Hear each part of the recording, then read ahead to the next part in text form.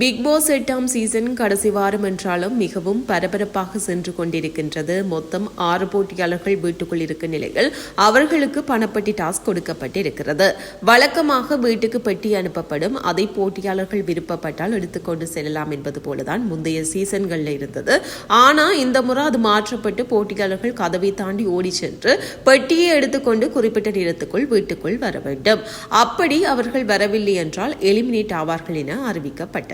இந்த டாஸ்கில் இன்று ஜாக்லின் பங்கேற்றிருக்கிறார். அவர் ஓடி சென்று பெட்டியை எடுத்துக்கொண்டு வீட்டுக்குள் வருவதற்குள் நேரம் முடிந்து கதவு மூடப்பட்டு விட்டது.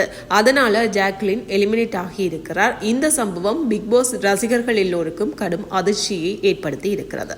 இந்த சீசன்ல எல்லா வாரத்திலும் ஜாக்லின் நாமினேட் ஆகியிருந்தார்.